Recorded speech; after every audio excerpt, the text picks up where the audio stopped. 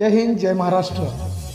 आपण पाहत आहात वैविध्यपूर्ण बातम्या विशिष्ट मानलेले कमी कालावधीत लोकप्रिय झालेले आम्ही लोकप्रतिनिधी महाराष्ट्र न्यूज चॅनल। मी मुख्य संपादक प्रसाद।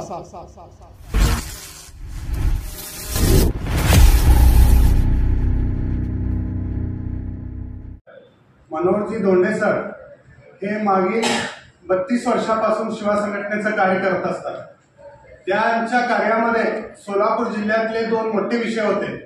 एक सोलापूर विद्यापीठाचा विषय होता आणि एक मंगळवेढ्याचा स्मारकाचा विषय, महात्मा बसवेश्वर आंतरराष्ट्रीय स्मारकाचा विषय होता, जे वन विभागाच्या 65 एकरवर जमिनीवर होतं।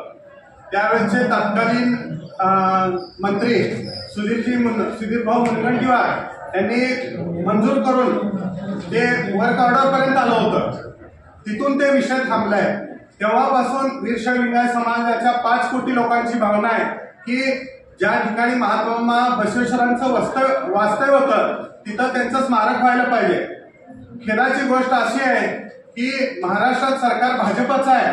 सोलापूर जिल्ह्यात भाजपाचे 4 आमदार आहेत। सचिन कल्याण शेट्टी असू द्या, विजय देशमुख असू द्या, सुभाष बापू देशमुख असू द्या, मंगळवेढ्याचे वाघमोडे साहेब असू द्या, ह्या चौघांना माझी विनंती अवताडे आहे।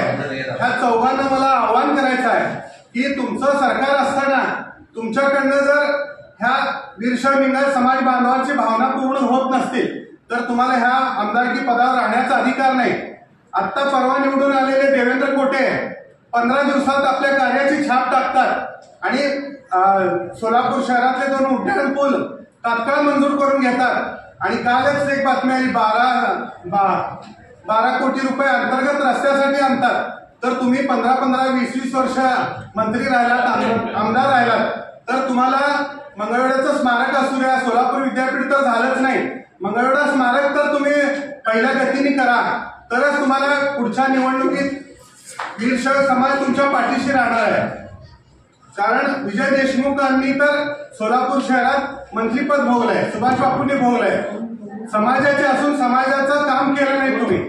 लिंगायत समाजाला गृहीत धरू नका। येणाऱ्या निवडणुकीत तुम्हाला वीरशैव लिंगायत समाज तुमच्या पाठीशी राहणार नाही असं मी ठामपणे सांगतो।